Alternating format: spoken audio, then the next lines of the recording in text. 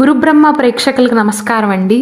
ఈ వీడియోలో 2025 నుండి 2026 వరకు కుంభరాశిలో ఒక నక్షత్రమైనటువంటి శతభిష నక్షత్రంలో జన్మించిన వారికి ఎలా ఉండబోతుంది, ఆర్థిక పరంగా, వ్యక్తిగతంగా, ఉద్యోగపరంగా, వ్యాపార పరంగా, చదువు విషయంలో తీసుకోవాల్సిన జాగ్రత్తలు ఏంటో క్లియర్గా వివరిస్తాను. శ్రీ దుర్గాదేవి జ్యోతిష్యాలయం. మీరు ఇప్పుడు వరకు ఎక్కడెక్కడో జ్యోతిష్యం చెప్పించుకుని నిరాశ చెంది ఉన్నారా? అయితే ఒక్కసారి గురువు గారికి ఫోన్ కాల్ చేసి చూడండి. ప్రేమ, పెళ్లి, ఉద్యోగం, రాజకీయం, విదేశీ ప్రయాణం, ధనం నిలకడగా లేకపోవటం, భార్యాభర్తల మధ్య గొడవలు, ఆస్తి తగాదాలు, అప్పుల బాధలు, స్త్రీ పురుషుల ఎలాంటి గుప్త సమస్యలకైనా, ఎటువంటి సమస్యలకైనా ఒక్క రోజులోనే పరిష్కారం చూపుతారు. వీరు ఫోన్ నంబర్ 9542637206. ఇంట్రెస్ట్ ఉన్న వాళ్ళు ఎవరైనా ఏ టైంలోనైనా వీరు కాల్ చేయవచ్చు. ఈ శతభిష నక్షత్రం అనేది కుంభరాశికి సంబంధించినది కాబట్టి కుంభరాశి వారికి ఆదాయం 8, వ్యయం 14 అండి. రాజపూజ్యం 7, అవమానం 5. శతభిష నక్షత్ర జాతకులకు 2025 సంవత్సరం స్టార్టింగ్లో మాత్రం మొదటి 3 నెలల సమయంలో మాత్రం ప్రారంభంలో ఆర్థిక సమస్యలు ఎక్కువగా ఉంటాయండి. కానీ మార్చి 29వ తారీఖు తర్వాత క్రమంగా ఆర్థిక స్థితి అనేది మెరుగుపడుతుంది. ఎందువలన అంటే 2025 మార్చి 29వ తారీఖు వరకు శని భగవానుడు కుంభరాశిలోనే ఉంటాడు, అనగా మీ రాశిలోనే ఉంటాడు. మార్చి 29వ తారీఖున మీనరాశిలోకి వెళ్తాడు కుంభరాశిని విడిచిపెట్టి. కాబట్టి అప్పటి నుండి ఆర్థిక పరంగా కొంతవరకు మెరుగుపడగలుగుతారు. అంటే క్రమక్రమంగా ఆర్థిక పరిస్థితి అనేది మెరుగుపడుతుంది. కానీ సంవత్సరం మొదట్లో మాత్రం ఖచ్చితంగా మీకు ఊహించని ఖర్చులు కానీ, వ్యాపారంలో కొన్ని సవాళ్లు ఉండబోతున్నాయి ఏలినాటి శని యొక్క ప్రభావం వల్ల. కాబట్టి జాగ్రత్తగా బడ్జెట్ వేసుకోవటం ముఖ్యమండి.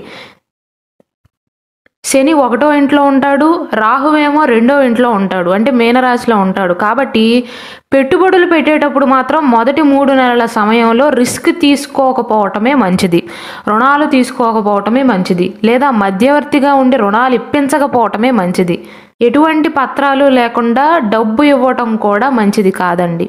ఆలోచించకుండా ఖర్చు చేయకూడదు అని గుర్తుంచుకోండి. మార్చి మాసం వరకు, మార్చి 29వ తారీఖు నుండి శని 2వ ఇంట్లో సంచరిస్తాడండి. కాబట్టి ఆదాయంలో మార్పులు అయితే చోటు చేసుకుంటాయి.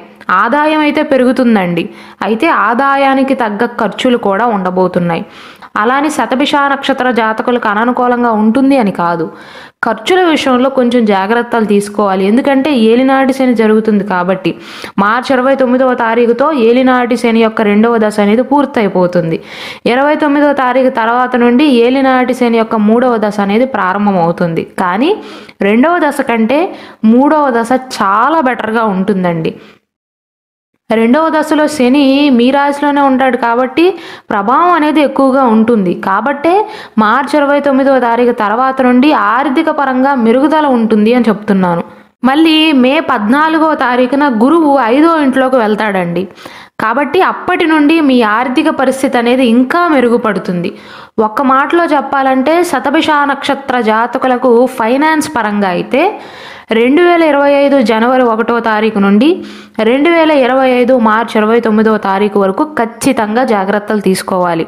పెట్టుబడులు పెట్టకపోవటమే మంచిది, ఎందుకంటే మనసు అనేది స్థిరంగా ఉండదండి. మార్చి 29వ తారీఖు నుండి మే 14వ తారీఖు వరకు మిక్స్డ్ రిజల్ట్స్ అనేవి ఉంటాయి. అంతకు ముందు కంటే పరిస్థితి మెరుగుపడుతుంది. మళ్ళీ మే 14వ తారీఖు నుండి గురువు స్థాన మార్పు వల్ల, గురువు అనుకూల పొజిషన్లోకి రావటం వల్ల ఆర్థిక పరిస్థితి అనేది ఇంకా మెరుగుపడుతుంది. అంటే క్రమక్రమంగా మీ పరిస్థితి అనేది ఈ సంవత్సరంలో మెరుగుపడుతుంది అని చెప్పవచ్చు. సవాళ్ళన్నీ కూడా స్టార్టింగ్లోనే ఉంటాయండి. కాలం గడవగా మీకు అనుకూలతలు అనేవి పెరుగుతాయి, ఆదాయం పెరుగుతుంది. రుణాలు తీర్చటం కానీ, ఇతర ఆర్థిక బాధ్యతలను పూర్తి చేయటం కాస్త సులభతరం అవుతుందండి. సంవత్సరం 2వ భాగంలో మాత్రం మే తర్వాత మాత్రం కుటుంబ పరంగా మీకు పెళ్ళవటం కానీ, మీ కుటుంబ సభ్యులకు పెళ్ళవటం కానీ, లేదా ఇంట్లో దైవ పూజలు నిర్వహించటం కానీ, ఏదో ఒక శుభ కార్యక్రమాలు చేయటం వల్ల ఖర్చు అయ్యే అవకాశాలు ఉన్నాయి. కానీ చాలా అనుకూల సమయంగా చెప్పవచ్చు. మే మాసం తర్వాత ఇంట్లో శుభకార్యాలు జరగటం వల్ల ఒక పక్క ఖర్చు అవుతుంది, దానితో పాటుగా బాధ్యతలన్నీ కూడా తగ్గుతాయి, ఇంట్లో శుభ కార్యక్రమాలు నిర్వహిస్తారు. కాబట్టి మీకు ఆనందాన్ని, సంతృప్తిని ఇస్తాయి. కానీ శతభిష నక్షత్ర జాతకులు గుర్తుంచుకోవాల్సింది ఒకటే అండి. మీకు ఏలినాటి శని జరుగుతుంది కాబట్టి ఖర్చు విషయంలో 1-2 సార్లు ఆలోచన చేయండి. ఎంతసేపు పొదుపు చేద్దామని చూడండే తప్ప ఖర్చు చేద్దామని చూడవద్దు. జేబులో నుండి 10 రూపాయలు తీసేటప్పుడైనా 1-2 సార్లు ఆలోచన చేయండి. అలాని విపరీతంగా ఖర్చు చేస్తారని కాదు. ఆదాయం బాగుంటుంది, ఖర్చులు కూడా బాగానే ఉండబోతున్నాయి అని అర్థం. కుటుంబ పరంగా కూడా సంవత్సరం స్టార్టింగ్లో కొన్ని సవాళ్ళు అయితే ఉండబోతున్నాయండి.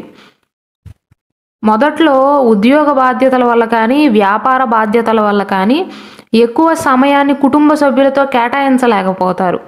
దానివల్ల కుటుంబ సభ్యులకి మీకు మధ్య అభిప్రాయ భేదాలు వచ్చే అవకాశాలు ఉన్నాయి. కాబట్టి స్టార్టింగ్లో కుటుంబంలో సానుకూల వాతావరణాన్ని కొనసాగించడానికి శతభిష నక్షత్ర జాతకులు స్త్రీలైనా పురుషులైనా సరే బయట ఉద్యోగ వ్యాపారాలలో మీకు ఎంత స్ట్రెస్ ఉన్నా కుటుంబం విషయానికి వచ్చేసరికి కొద్దిగా ఓపిక పట్టాలండి. మీకు ఖాళీ లేకపోయినా లేదా ఇతర ఇబ్బందులు ఉన్నా మీ అభిప్రాయాలను స్పష్టంగా తెలియజేయటం మంచిది. కుటుంబ సభ్యులతో అపార్థాలకు తావివ్వవద్దు.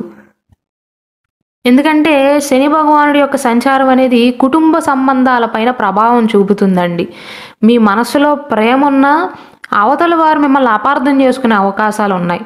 మే నెల నుండి రాహు యొక్క గోచారం అనేది 1వ ఇంట్లో ఉంటుంది, కేతువేమో 7వ ఇంట్లో ఉంటాడండి. కాబట్టి జీవిత భాగస్వామితో చిన్న చిన్న మనస్పర్ధలు వచ్చే అవకాశాలు ఉంటాయి. ఎందుకంటే 7వ ఇల్లు అనేది వివాహానికి సంబంధించిన ఇల్లు. ఒకవేళ కుంభరాశి వారు కనుక వివాహ ప్రయత్నాలు చేస్తున్నట్లయితే మార్చి మాసం తర్వాతే మీకు బాగుంటుందండి. మార్చి 29వ తారీఖు ముందు వివాహ ప్రయత్నాలలో ఆటంకాలు వచ్చే అవకాశాలు ఉంటాయి. అయితే రాహు 1వ ఇంట్లో ఉన్నప్పటికీ కూడా గురువు దృష్టి కారణంగా రాహు ఇచ్చే చెడు ప్రభావం అనేది తగ్గుతుందండి. ఒకవేళ కుటుంబ సభ్యులకి మీకు మధ్య ఏమైనా చిన్న చిన్న మనస్పర్ధలు వచ్చినా అవి తొందరగానే తగ్గుముఖం పడతాయి, వెంటనే పరిష్కారం అవుతాయి. అయితే నేను ఇంతకుముందు చెప్పినట్లుగా ఈ సంవత్సరంలో శతభిష నక్షత్ర జాతకులు వారిపై ఉన్న బాధ్యతలను తగ్గించుకుంటారు, బాధ్యతలన్నిటినీ కూడా సక్రమంగా నిర్వర్తిస్తారు. కాబట్టి మానసికంగా కూడా కాస్త ఒత్తిడిగా అనిపిస్తుందండి ఆ బాధ్యతలను తీర్చే క్రమంలో. మే నెల తర్వాత గురువు యొక్క ప్రభావం బాగుంటుందండి. గురువు అనుకూలంగా ఉంటాడు. రాహు 1వ ఇంట్లో ఉన్నప్పటికీ కూడా గురువు కాపాడుతాడు మిమ్మల్ని. కుటుంబ జీవితం అనేది మెరుగుపడుతుంది. ఎటు తిరిగే సమస్యలన్నీ కూడా ఉద్యోగ పరంగా అయినా, వ్యక్తిగత పరంగా అయినా, వ్యాపార పరంగా అయినా, చదువు విషయంలోనైనా శతభిష నక్షత్ర జాతకులకు మార్చి వరకు ఎక్కువగా ఉంటాయండి. మార్చి నుండి మే 14వ తారీఖు వరకు ఇంకొకలాగా ఉంటుంది, కొంచెం బెటర్గా ఉంటుంది. మే 14వ తారీఖు తర్వాత నుండి ఇంకొంచెం బెటర్గా ఉంటుందన్నమాట. కుటుంబంలో శాంతి ఉంటుంది, కుటుంబ సభ్యుల మధ్య సంబంధాలు మెరుగుపడతాయి. బయటి వారు మిమ్మల్ని అపార్థం చేసుకున్నా మీ కుటుంబ సభ్యుల యొక్క సహాయ సహకారాలు అనేవి మీకు లభిస్తాయండి. స్నేహితులతో, బంధువులతో మీ సంబంధాలు అనేవి మెరుగుపడతాయి. కాబట్టి మీరు ఒక్కటే గుర్తుంచుకోవాలి, మీరు ఎంత బిజీగా ఉన్నా సరే కుటుంబ బంధాలకు ప్రాధాన్యత ఇవ్వాలండి. కేతు 7వ ఇంట్లో ఉంటాడు కాబట్టి శతభిష నక్షత్ర జాతకుల యొక్క మెంటాలిటీ సంవత్సరం ఎలా ఉంటుందంటే ఎక్కువగా ఉద్యోగ వ్యాపారాలపైన దృష్టి పెడతారు.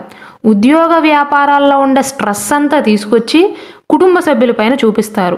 దానివల్ల మీ మనసులో ప్రేమ ఉన్నప్పటికీ కూడా మీరు వారి గురించే కష్టపడుతున్నప్పటికీ కూడా మిమ్మల్ని అపార్థం చేసుకునే అవకాశాలు ఉంటాయి. కాబట్టి అటువంటి అపార్థాలకు తావివ్వకుండా కుటుంబ బంధాలకు ప్రాధాన్యతనిస్తూ సమస్యలన్నిటినీ కూడా పరిష్కరించుకునే మార్గంలోనే నడవాలి. అంతే తప్ప సమస్యలను పెద్దవి కానివ్వవద్దు. మే మాసం తర్వాత వివాహం కాని వారికి వివాహం అవటం కానీ, సంతానం కోసం ఎదురు చూస్తున్న వారికి సంతాన యోగం కలిగే అవకాశాలు కూడా ఉన్నాయి. ఇంతకుముందు ఈ శతభిష నక్షత్ర జాతకులు ఏలినాటి శని వల్ల, శని 1వ ఇంట్లో ఉండటం వల్ల ఆరోగ్య సమస్యలతో బాధపడ్డారండి. 2025 మార్చి 29వ తారీఖు వరకు ఆరోగ్యపరంగా అంత అనుకూల గోచారం అయితే లేదు. ఆరోగ్యం పట్ల శ్రద్ధ వహించాల్సిందే. ముఖ్యంగా ప్రస్తుతం గురువు యొక్క గోచారం అనేది 4వ ఇంట్లో ఉండటం వల్ల ఈ శతభిష నక్షత్ర జాతకులకు శ్వాసకోశ సమస్యలు కానీ, జీర్ణక్రియకు సంబంధించిన సమస్యలతో, ఈ ఆరోగ్య సమస్యలతో బాధపడే అవకాశాలు ఉన్నాయండి. అంతేకాకుండా రోగ నిరోధక శక్తి కూడా తగ్గే అవకాశాలు ఉన్నాయి. మార్చి 29వ తారీఖు వరకు శని 1వ ఇంట్లోనే సంచరిస్తాడు. కాబట్టి ఆరోగ్యపరంగా జాగ్రత్తలు తీసుకోక తప్పదు. శని ఎలాంటి గ్రహం అంటేనండి మంచి గ్రహమే. శని భగవానుడు మంచి కూడా చేస్తాడండి. శనికి కావాల్సింది ఏంటంటే క్రమశిక్షణ, బద్ధకం లేకపోవటం, అత్యాస లేకపోవటం.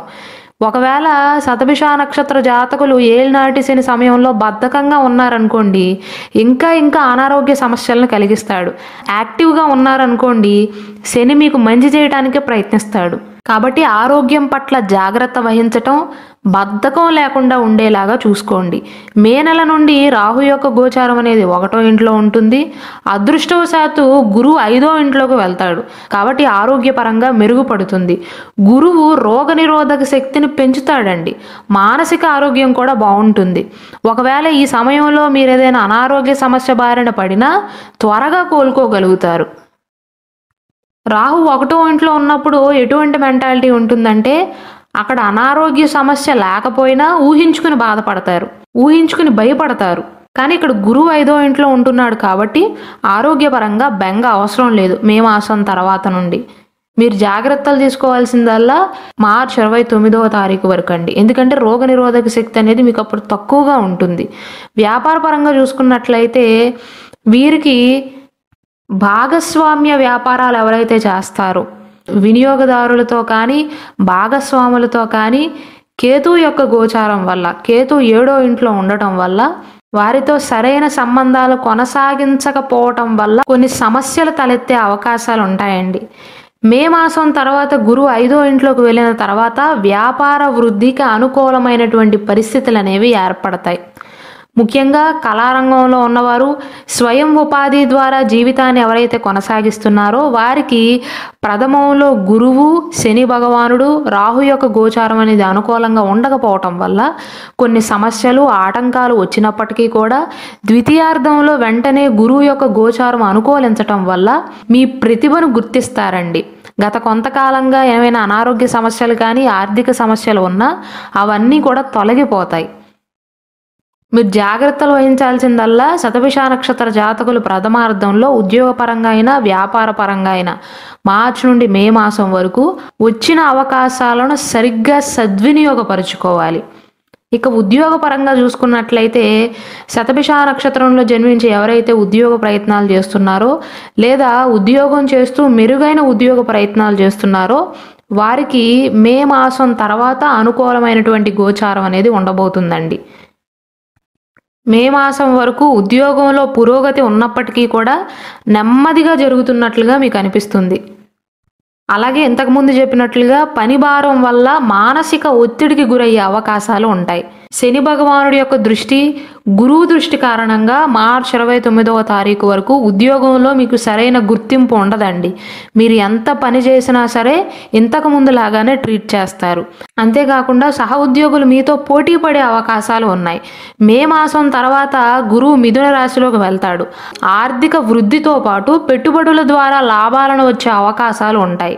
అయితే రాహు 1వ ఇంట్లో ఉండటం వల్ల గురువు అనుకూలంగా ఉన్నప్పటికీ కూడా అన్నీ మీకు సాఫీగా జరిగినప్పటికీ కూడా పనుల విషయంలో మీకు అహంభావం ఎక్కువయ్యే అవకాశాలు ఉంటాయండి. ఎందుకంటే రాహు ఎలాంటి గ్రహం అంటే మనసులో అహంకారాన్ని పెంచుతాడు, మొండితనాన్ని పెంచుతాడు.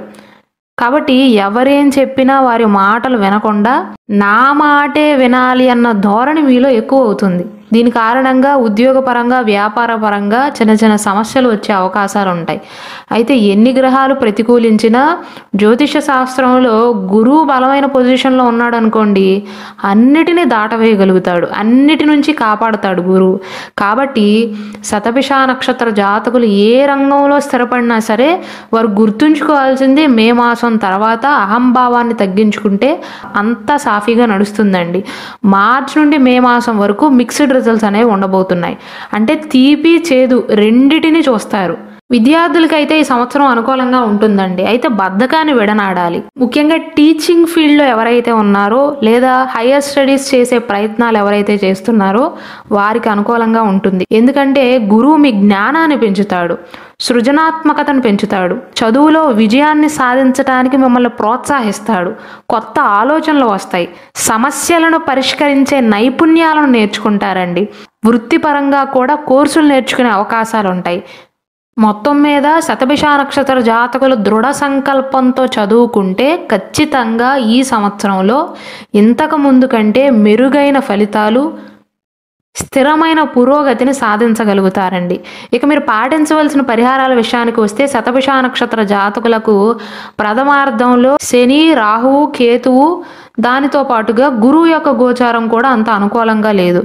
కాబట్టి ఈ సంవత్సరంలో మార్చి 29వ తారీఖు వరకు శని భగవానుడికి సంబంధించిన పరిహారాలను పాటించండి. ఇనుమును దానంగా ఇవ్వటం కానీ, కుక్కలకు ఆహారాన్ని అందించటం కానీ, ఉదయాన్నే నిద్ర లేవటం కానీ, బద్ధకాన్ని విడనాడటం కానీ, శని మంత్ర జపం చేయటం కానీ, వీలైనట్లయితే శనికి తైలాభిషేకం చేయించటం కానీ, కేతు అనుకూలతల కోసం వీధి కుక్కలకు కానీ, ఇంట్లో పెంపుడు జంతువులకు కానీ ఆహారాన్ని అందించటం, ఇలాంటివి చేయటం వల్ల కేతువు, గురువు, రాహువు, శని ప్రభావం అనేది తగ్గుతుందండి. మే మాసం వరకు ప్రతిరోజు స్నానం ఆచరించిన తర్వాత గురు దత్తాత్రేయ స్వామి వారికి నమస్కరించటం లేదా దక్షిణామూర్తి స్వామి వారికి నమస్కరించటం, గురువారం నాడు నాన్ వెజ్ ముట్టకపోవటం, వీలైనట్లయితే గురు చరిత్ర పారాయణం చేయటం వల్ల చెడు ప్రభావం అనేది తగ్గుతుందండి.